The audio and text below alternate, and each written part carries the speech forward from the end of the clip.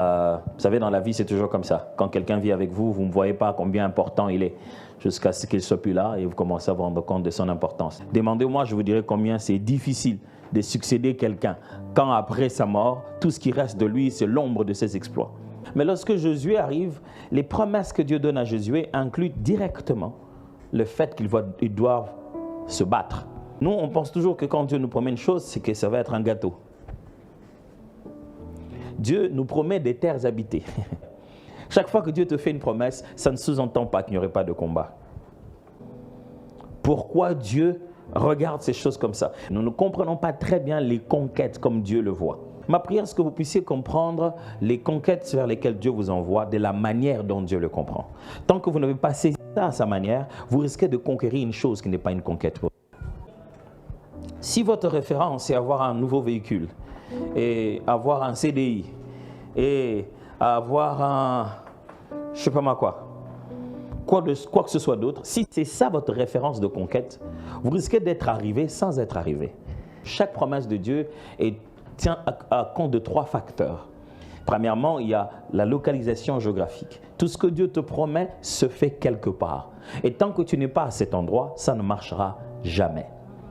Tu ne peux pas tirer les potentiels et les ressources de Dieu pour le faire fonctionner en dehors de son cadre de germination. Deuxièmement, chaque promesse de Dieu tient toujours compte du temps propice, l'accomplissement du temps, lorsque le temps fut accompli. L'idée de ce mot, ce n'est pas la montre, ce n'est pas le calendrier, c'est l'alignement des faits. C'est-à-dire que les choses se sont organisées comme il devrait s'organiser. Et quand tout est là, quand chacun a sa place, quand chaque chose est à sa place, boum, c'est parti. Et ce qui est intéressant, c'est que quand le moment arrive, les choses se font d'elles-mêmes. Et la troisième des choses qui est toujours dans chaque promesse de Dieu, c'est que chaque fois que Dieu nous fait une promesse qu'il doit accomplir, un territoire qu'il faut conquérir, Dieu utilise toujours un être humain, quelqu'un. La relation. Dieu utiliserait toujours une relation avec quelqu'un pour que vous puissiez arriver là où vous amène. Mes amis, vous ne deviendrez pas ce que Dieu a promis que vous puissiez devenir sans que ça ne passe entre les mains de quelqu'un d'autre. Ça passera toujours par quelqu'un d'autre. Que Dieu vous fasse grâce, que vous trouviez toujours quelqu'un qui connaît le quelqu'un dont tu as besoin. Il est toujours question de quelqu'un. C'est bien de se dire que quelqu'un m'aidera à accéder. Mais si quelqu'un vous aidera à accéder, ça veut dire que vous êtes le quelqu'un de quelqu'un d'autre. Alors ma question pour vous ce matin, c'est celle-ci.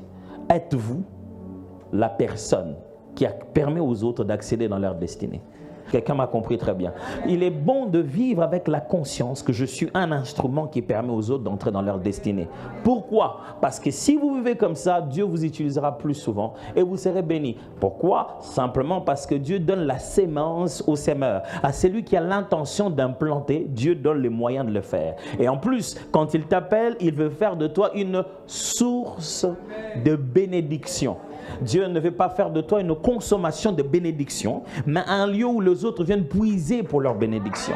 Il ne faut pas seulement se dire comment quelqu'un m'a aidé, pose-toi la question plutôt comment moi j'aide les autres. Mais dans la vie, vous devez savoir que si vous êtes une porte pour les autres, Dieu vous ouvrira aussi une porte. Si vous êtes la connexion des autres, Dieu vous connectera toujours. Et nous avons tendance à vouloir d'abord recevoir avant de donner. Mais la meilleure attitude, c'est penser comment donner et non pas d'abord comment recevoir. Dieu parle à Josué. D'un côté, il rassure et de l'autre côté, il lui fait une délimitation. Il dit, tout lieu où faudra la plante de tes pieds, je te le donne en possession. Vous savez, des fois on aime lire cette partie-là, mais on ne constate pas qu'avant de parler de tout lieu, ce tout-là n'est pas un tout inclusif. C'est un tout exclusif. C'est-à-dire, il ne dit pas tout partout. Il dit tout dans ce que je te dis. Ok? Si je t'ai donné 10, je te demande de me donner tout ce que je te demande de me donner 10, pas 10 millions. C'est la totalité de ce que je te donne. Tout lieu qu'il faudra la plante de votre pied, je vous le donne comme je l'ai dit à Moïse. Vous aurez pour territoire depuis les déserts et les Liban jusqu'au grand fleuve, le fleuve d'Euphrate et le pays des Hétiens, jusqu'à la grande mer vers le soleil couchant. Nul ne tiendra devant toi tant que tu vivras. Je serai avec toi comme j'ai été avec Moïse. C'est ce lieu-là qu'il vient de décrire. Que s'ils foulent leurs pieds, tout leur sera donné en possession. C'est simple, quand vous lisez tout le livre de Josué, vous découvrez qu'un jour, ils se réveillent, ils veulent aller dans une direction. Dieu leur dit, n'allez pas là-bas, je ne vous ai pas donné cette partie-là. Dans la vie, vous devez savoir, aussi fructueuse que va être votre appel, aussi glorieuse que vont être vos promesses, vous ne pouvez pas tout conquérir. Dans la vie, vous devenez efficace quand vous abandonnez les choses qui ne sont pas de votre appel. Vous dites tout de suite, ça, c'est pas mon truc. Vous n'atteindrez pas les promesses de Dieu en essayant de tout embrasser. Et ça, c'est une chose qui manque à cette génération, la concentration. La capacité de se concentrer, de se focaliser sur ce à quoi il est appelé réellement. Vous ne pouvez pas fleurir partout. Avant de pouvoir s'aimer, rassurez-vous qu'il vous a donné le sol en possession. Ce qui veut dire que quand vous connaissez votre endroit de germination, blaguez pas avec. Maximisez à cet endroit-là. C'est même les diamants, il va fleurir. Parce que vous êtes à votre endroit. À cet endroit-là, maximisez tout ce que vous devez mettre. On ne peut que conquérir la terre où doit pousser le lait et le miel. Un aspect important et je vais dire immuable, obligatoire pour nous tous, pour le plus jeune comme le plus vieux. C'est l'aspect de l'adversité dans la conquête. Chaque fois que Dieu nous envoie accomplir la promesse de Dieu, il utilise une stratégie qu'on appelle l'adversité. C'est-à-dire, il suscite des personnes qui sont contre nous ou des situations qui nous font opposition. Mais ces choses-là n'ont pas pour but de nous arrêter, mais de nous mûrir, de nous rendre matures, de nous rendre intelligents et de nous rendre capables après de gérer la terre où nous sommes en train de partir. Mais seulement vous devez savoir que certaines de ces adversités, si vous n'en êtes pas préparé, ça peut complètement vous retarder ou complètement vous faire perdre le nord. Et ne même pas accéder à cette promesse parce que vous n'avez pas bien compris comment gérer cette adversité. Qui est ton adversaire? Ton adversaire, c'est celui qui assure ta grandeur. L'adversaire révèle en toi la grandeur que les autres ne voient pas. Il n'aurait jamais eu d'adversaire de cette taille, on n'aurait jamais connu sa taille intérieure. L'adversaire n'est pas là toujours pour nous détruire. La taille de l'adversaire détermine la taille de nos capacités cachées. Ça veut dire que c'est un tueur de géants. Toute sa réputation est basée sur son adversité. Et donc, il est important de savoir que le combat dans la façon d'atteindre notre destinée, c'est obligatoire et inévitable. Dieu ne peut pas enlever ça. Pas parce qu'il n'est pas capable, parce que ça fait partie du cours. Ça fait partie du bien que ça doit nous faire. L'adversité, l'échec, ça fait partie du parcours. Non, mais moi je n'aime pas échouer. C'est que tu n'aimes pas réussir. Dès que tu as échoué, tu viens de savoir ce qu'il ne faut pas faire.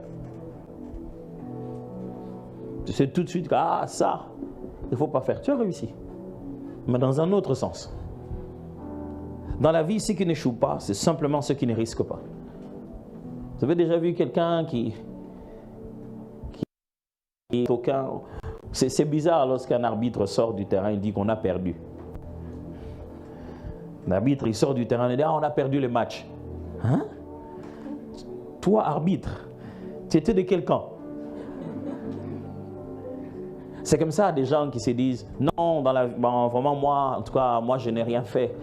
Moi, ça va. Il n'a rien risqué, il n'a jamais tenté. Très souvent, les spécialistes en critique, ce sont ceux qui ne font rien. Et là, et aussi, qu'est-ce qu'ils pensent de cette église? Moi, vraiment, c'est pourquoi j'ai dit que je ne peux pas devenir un pasteur. Je ne peux pas devenir un pasteur et faire des choses pareilles. Tais-toi. Si tu ne veux pas devenir un pasteur, tais-toi. Tu ne peux pas te transformer en spécialiste de pasteur que tu n'es jamais devenu. Pourquoi? Pourquoi aussi gratuitement comme ça, tu es passé professionnel de pasteur sans le devenir? Comment? Pourquoi tu ne juges pas ton docteur? Et dis-moi, c'est pourquoi je ne veux pas devenir mon médecin parce que franchement, pourquoi tu ne juges pas ton docteur? Tu sais qu'il a étudié, il a appris cette science et il fait son travail. Tu respectes. Moi, franchement, les médecins, je respecte parce que, waouh, les infirmières pendant le Covid, c'était pas facile. Et tu crois que les pasteurs pendant la Covid, c'était facile? Il y a des gens qui ont tellement peur d'échouer qu'ils ne font rien. Et la seule chose qu'ils aiment faire, c'est critiquer ceux qui font quelque chose. Et ils pensent que parce qu'eux, ils n'ont jamais rien fait, c'est qu'ils sont bons. On ne peut pas t'appeler bon, tu n'as rien fait. Ah, tous vos pasteurs là, moi c'est pourquoi je n'aime pas être pasteur. Ces histoires-là, c'est du n'importe quoi. Mais qui va être pasteur? Qu'est-ce que toi tu fais vraiment après avoir regardé la télé, Netflix, passé au métro, en fraudant et regarder un match de Real ou de Barça? Quel est le risque que tu prends? Même pour sortir là dehors, tu n'oses pas prendre le risque. Tu sors, tu n'as pas de risque à prendre. Ah non, moi je ne veux pas aller faire la queue là-bas et puis attendre sous le foie. Franchement, s'ils ont du boulot, ils donnent aux gens ou ils ne donnent pas. Hein. Il ne faut pas qu'ils se l'Afrique. S'ils ont du boulot, ils viennent te chercher pour te donner. Est-ce que vous savez comment c'est dur de vivre avec quelqu'un qui ne veut pas risquer? Tu le réveilles le matin, mais le soir tu viens le trouver devant la chaise, en train de regarder la télé, c'est gavré avec plein de chips. C'est énervant d'avoir quelqu'un qui ne veut rien faire, mais qui veut que tout lui arrive. Ça montre l'immaturité. C'est l'enfant qui n'a pas encore grandi, c'est qu'on lui donne. Et alors, il fait que des demandes. Amène-moi ceci, amène-moi cela. Quand tu grandis, tu te rends compte qu'il faut aller chercher. Et celui qui s'élève pour aller chercher va rencontrer de l'adversité. Celui qui s'élève parce qu'il va aller conquérir ce que le Seigneur lui a demandé de faire, va rencontrer sur son chemin des choses, des personnes, des stratégies, des systèmes qui lui empêchent d'atteindre ce qu'il veut. Et Dieu n'a pas enlevé ces choses-là pour la simple raison parce que c'est cela qui va te mûrir. Parce que la deuxième étape te demandera les résultats de la première partie. Je vais répéter ça. C'est-à-dire que dans la vie du combat, quand vous avez gagné ici, au deuxième niveau, l'adversaire du deuxième niveau ne pourra accepter de se battre avec toi que parce que tu as gagné au premier niveau. On accède au premier niveau qu'avec on accède au second niveau qu'avec la ceinture de victoire du premier niveau. Si tu vas au second niveau sans avoir gagné au premier niveau, tu ne rencontreras même pas l'adversaire du second niveau. L'adversaire du premier va encore revenir. Et une leçon mal comprise est toujours reprise. Et tu tournes en rond, tu passes jamais à l'étape supérieure. Chaque fois que la leçon est sur le point d'être comprise, tu tournes ça en autre sens. Ça devient le diable, tu commences à le combattre, tu cherches des prières, tu veux qu'on te donne une révélation. Non, arrête, change. Pasteur, je ne comprends pas. En ce moment-ci, chaque fois, je sens que dans mon couple, ma femme, chaque fois que je sens que je commence à avoir un nouveau boulot, ma femme elle commence toujours à me combattre. Elle se plaint, elle dit que je ne suis pas à la maison. Pasteur, je ne sais pas pourquoi.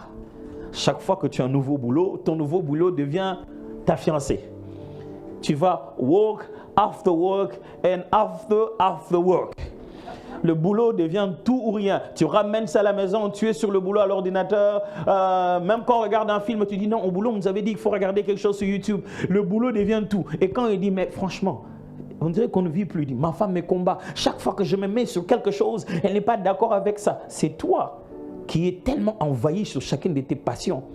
Et tu n'arrives pas à comprendre l'équilibre. Si tu ne comprends pas la notion de l'équilibre, Dieu ne peut rien ajouter. Pasteur, ma femme a toujours l'impression que quand je perds mon travail, on dirait qu'elle est contente. Au fond, oui. Parce que vaut mieux avoir quelqu'un qui est vraiment là et qui est un être humain, qui chaque fois qu'il a de l'argent, il devient insolent. Écoute, je ne reviens pas des sitôt. Pourquoi? Je dis que je ne reviens pas. Pourquoi tu veux savoir? Les gens qui ne reviennent pas tôt parce qu'ils ont de l'argent à dépenser. Parce que si tu sais qu'il te reste que 25 € et c'est ça le prix pour rentrer, tu ne vas pas te pavaner. Il faut que tu rentres vite chez toi. Mais quand tu sais que tu as de l'argent, tu as ta carte, tout va pour le mieux, quoi. C'est pas pourquoi je suis entré dans ça. Je ne vais même pas essayer d'insister que Dieu parle à quelqu'un. Parce que depuis que Dieu lui parle, il fait comme si ce n'est pas lui. Mais il y a des combats inévitables. Et dans ces combats inévitables, il y a toujours 3 catégories. Il y a d'abord vous-même, puis le diable, et puis, tenez-vous bien, Dieu. Parce que chaque fois que vous voulez conquérir, vous devez vous battre avec ces 3 catégories. Premièrement, vous-même. Il n'y a pas un ennemi aussi dangereux dans chacune de nos conquêtes que nous-mêmes. Parce que ton caractère peut ruiner ta destinée. Je répète, ton caractère peut ruiner ta destinée. Là où ton don t'amène, ton caractère peut ruiner ta destinée. Tu peux avoir un potentiel si exceptionnel, avoir des capacités, de l'intelligence, et ça te met dans une position, mais le mauvais caractère que tu as fait perdre tout ça, toutes ces choses-là. Chaque fois que Dieu te parle de demain, c'est à cause d'aujourd'hui. Mes chers amis, quand Dieu vous parle de ce qu'il fera demain, il fera demain avec l'homme que vous deviendrez. Et les promesses de Dieu sont pour nous encourager à accepter notre processus de transformation.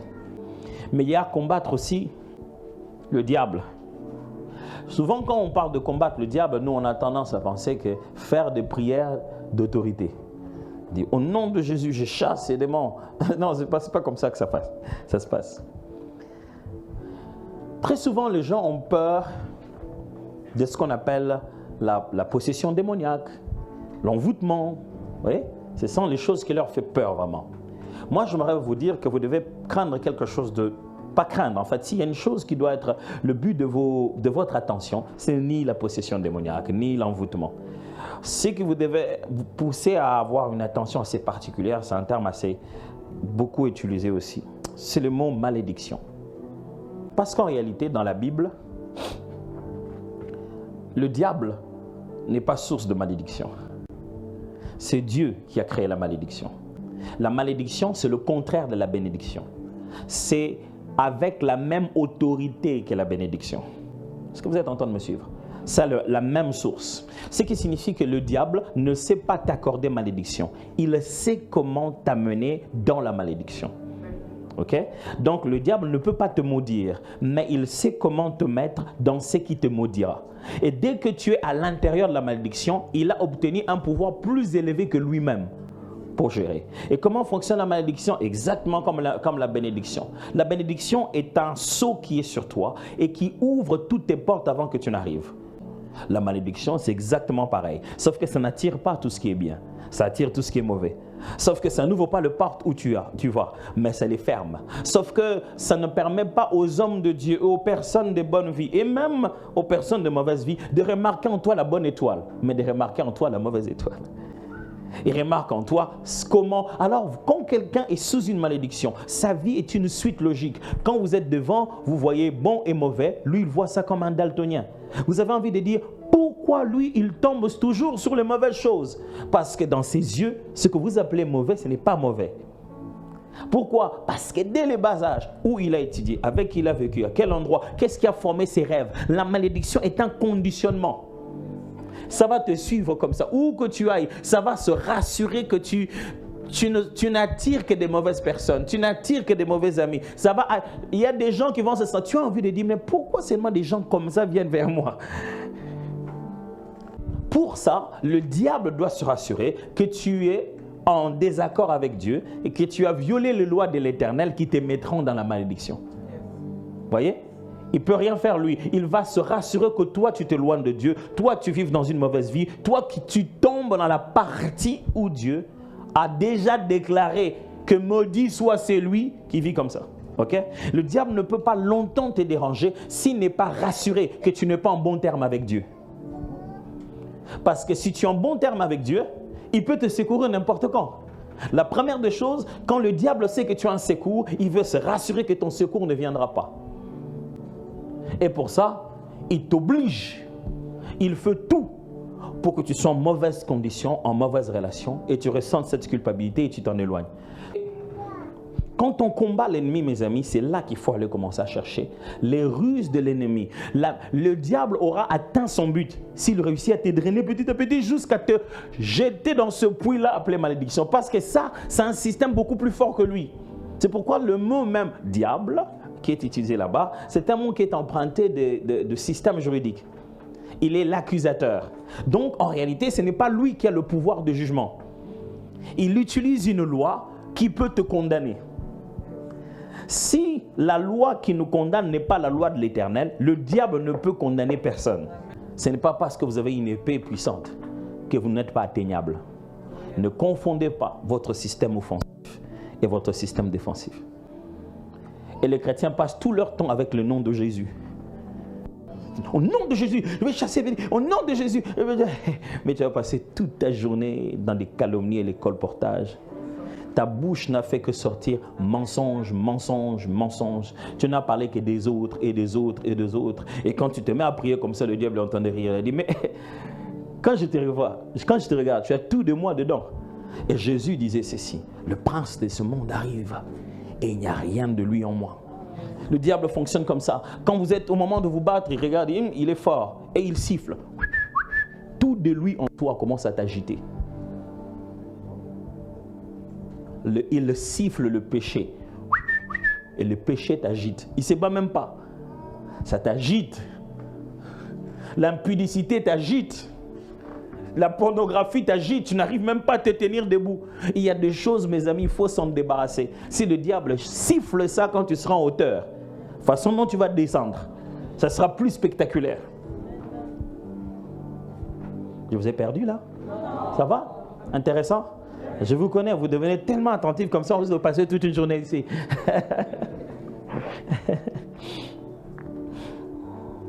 Il y a des combats inévitables, vous allez vous battre contre Satan. Et quand vous allez vous battre contre Satan, c'est comme ça qu'il commence. Il cherche des ruses. C'est ce que Paul dit dans le livre d'Éphésiens. Il dit, armez-vous de toutes les armes de Dieu afin de résister contre les ruses du diable. Le mot méthodos, c'est-à-dire les méthodes du diable, les stratégies du diable, les stratagèmes de l'ennemi. Donc le diable ne se bat pas en lançant de coups, il monte une histoire, il organise un fait. Et il te laisse y aller petit à petit jusqu'à ce que tu tombes dedans. Mes amis, donc le combat spirituel, la guerre spirituelle, ce n'est pas organiser tous les intercesseurs pour qu'ils prient pour l'Église. Non, c'est amener dans la tête de tout le monde la conscience de la sanctification. C'est quand chacun commence à mettre une grande distance entre lui et tout ce que le diable peut utiliser pour le détruire. C'est là que la victoire commence. La victoire commence là. Avant qu'on commence à dire au nom de Jésus, la victoire commence là. Au point que tu peux traverser, il siffle, et il n'y a rien de lui qui réagit en toi. Et ça demande d'être attentif, mes amis. Tu n'es pas obligé de parler des gens quand tu n'es pas obligé. Tu les vois tous en train de parler. Non, moi d'ailleurs, vraiment. En tout cas, tu sais, quand l'Esprit de Dieu est en toi et tu restes pendant un moment là où les gens sont en train de colporter, tu te sens malade. Quand tu rentres, tu es au-dedans de toi, tu es comme, on dirait que tu as fait quelque chose de mal. L'esprit devient triste à l'intérieur de toi. Éloigne-toi des gens comme ça. La Bible dit, heureux l'homme qui ne marche pas selon le conseil des méchants, qui ne s'arrête pas sur la voie des pécheurs et qui ne s'assied pas en compagnie de moqueurs, mais qui trouve son plaisir dans la loi de l'Éternel. Oh non, moi je n'avais rien dit, mais ils étaient juste là en train de parler. Ne t'assieds même pas en compagnie de moqueurs. Tu sais que quand on commence ces sujets, ils vont finir par insulter ces gars. Est-ce que toi, quand on te dit... Tu es un insulteur, le mot n'existe pas. Mais j'imaginais qu'il y a un métier comme ça, chargé d'insultes. Personne ne va accepter. Tu es un moqueur, personne ne va le dire. Mais on se dit, ils les méritent quand même, ils ont fait ça. Ils méritent qu'on les juge comme ça. Comment tu te sens quand tu te mets à juger, quand tu te mets à lancer des coups, pendant que toi aussi tu as la poutre sur tes yeux et tu passes autant d'énergie sur la paille qu'il y a sur les yeux des autres. Ton âme intérieure devient triste. Je vous apprends comment couper l'herbe au pied au diable avant qu'il n'y ait quoi que ce soit. Tu es là aujourd'hui, matin, midi, soir, ta femme pense que tu es au boulot, on a fini à quelle heure? Mais quand toi tu finis le boulot, tu passes tout ton temps devant ton ordinateur à regarder les films pornographiques. Et je vais te dire ce qui va arriver après. Il va arriver après que les enfants vont commencer à tomber malades. Et puis, vous allez commencer à vous chamailler avec votre femme pour un petit rien. Pourquoi? Parce que tu es en train de détruire la couverture spirituelle des enfants. Ce n'est même pas toi qu'on vise. C'est plus que toi qu'on vise. Et puis, ils vont commencer à dire, non, j'étais malade. On te dit seulement que l'enfant a une forte fièvre. Tu n'oses même pas réagir d'abord par la prière. Parce qu'une culpabilité ronge ton cœur. On se bat aussi avec Dieu, vous savez. Et ça... c'est un combat assez spécial. Dans tous les cas, vous avez déjà perdu d'avance. C'est un combat où perdre, c'est gagner. Quand on se bat avec Dieu, ça signifie simplement que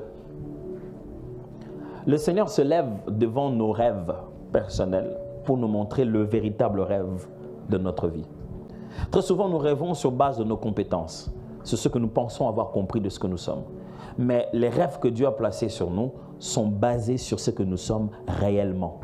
Tous les rêves que tu es en train d'imaginer de toi ne sont pas compatibles avec ta substance. Est-ce que quelqu'un me comprend très bien? Il sait que tu es eau. Il sait que tu es feu. Il connaît ta nature. Toi, tout le jour, tu veux tout le temps avoir des amis qui ressemblent à de l'eau. Dis, moi, je vais vivre dans l'eau. Dis, mais toi, tu es feu. Tu vas mourir. Tu dis, non, mais c'est fort. Moi, je suis feu. Je suis feu. Il dit, avec l'eau, ça ne marche pas. C'est une image. C'est juste dire que tu es d'une nature qui n'est pas compatible avec l'autre nature. Quelqu'un suit très bien ce que j'explique ici. Et quand on se bat avec Dieu, c'est quand Dieu se tient devant nous et dit, par amour, je ne te laisserai pas devenir ce que tu n'es pas. Et ça fait mal à nos rêves. Tu as l'impression, oh. La meilleure façon de gagner cette bataille, c'est s'offrir, arrêter de se battre. Et Paul le dit très bien dans Romains 12, je vous exhorte donc, frères, à offrir vos corps comme un sacrifice vivant, saint, agréable, ce qui sera de votre part un culte raisonnable. Pasteur, est-ce que tu veux dire que nous tous on doit devenir des pasteurs? Non, mais nous tous on doit prendre conscience de pourquoi on est sur la terre. La vie n'est pas une carrière, la vie est une mission. Non, moi je fais ceci, dans ma vie je fais ceci. Il y a des gens qui se définissent que sur base de ce qu'ils ont accompli, les études qu'ils ont fait. Et qui est-ce qui a changé à travers toi? Quelles sont les personnes qui sont devenues au contact avec toi? Pas les diplômes que tu as eus, pas les grandes réalisations que tu as faites, les personnes qui ont été changées par toi. Combien de fois tu as été canal de bénédiction et de transformation de vie? Quelle est non pas ta raison de vivre, mais ta raison de mourir? La chose pour laquelle tu dirais, je mourrai pour ça. La guerre avec Dieu, c'est la guerre d'abandonner ce que l'on pensait être sa vraie raison d'exister pour embrasser réellement notre définition réelle. Arriver à ce point qui dit, vas-y Seigneur, fais ce que tu veux. J'essaie de vous dire que Dieu nous fait des promesses et il les accomplira toujours. Et sur ce chemin de ces promesses, il y aura toujours de l'adversité, comme il en était avec Josué. Et dans ces formes d'adversité, nous avons 3 types d'adversaires. Il y a nous-mêmes, qu'il y a le diable et qu'il y a Dieu. Et je vous propose que chaque fois que Dieu vient contre vous, vous puissiez tout de suite lâcher les armes. Tout de suite. Le plus tôt vous lâchez les armes, le plus vite ça se fait dans votre vie. Et je vous suggère qu'avec le diable, qui ne vous trouve jamais avec le péché. Mais pasteur, on n'est que des êtres humains. Ça nous arrive des fois de pécher. Oui. Et pourquoi tu ne te relèves pas? Et quand tu débats avec toi-même, demande de l'aide. Si tu n'as pas réussi à fixer ton propre problème hier, qu'est-ce qui te fait croire qu'aujourd'hui, avec les mêmes moyens, la même personne, les choses seront différentes? C'est à ça que sert une église. C'est à ça que servent les frères et les sœurs. C'est à ça que servent les groupes de prière. C'est à ça que servent des amis dans la foi avec qui tu vas dire sincèrement, mon gars, franchement, je ne sais pas comment vous faites, mais moi, j'ai des envies qui sont en train de revenir. Parce que, vous savez, on ne quitte pas seulement le mal. On doit le substituer par le bien. Vous n'allez pas juste abandonner des vieilles habitudes. Vous devez embrasser de nouvelles habitudes saines. Et alors, quand vous êtes en train de vous battre avec vous-même, allez au pied du Seigneur et vivez au milieu de gens qui vous ressemblent. Ceux qui ont déjà la nature que vous essayez de développer. Vous apprendrez instinctivement à devenir comme eux. Vous savez comment Dieu a oint du Saint-Esprit et de force Jésus de Nazareth, qui allait de lieu en lieu faisant du bien et guérissant tout ce qui était sous l'emprise du diable, car Dieu était avec lui. Ô Père, nous avons besoin de ton esprit.